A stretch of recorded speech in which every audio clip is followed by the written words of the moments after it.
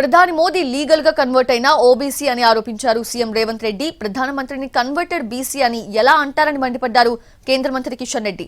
అసలు మీ నాయకుడు ఏ సామాజిక వర్గమో చెప్పాలని డిమాండ్ చేశారు. बार बार बीजेपी वाले ने मोदी जी ओबीसी नेता, मैं बोला मोदी जी ओबीसी नहीं है भाई, जन्म legally converted OBC, he is legally converted OBC, क्योंकि वो मुख्यमंत्री बनने के बाद वो जाति को ले आके ओबीसी में जमा किए, भर्ती किए। तो उतना दिल से ये नहीं रहता है कि भाई कुछ पॉलिटिकल एडवांटेज, कुछ सिस्टम में हम कुछ फायदा उठाने के लिए हम जब कुछ डिसीजन लेते वो फायदा के लिए सोचते, मगर कांग्रेस पार्टी ऐसा नहीं है, गांधी परिवार ऐसा नहीं है. కన్వర్టెడ్ బీసీ అంటారు.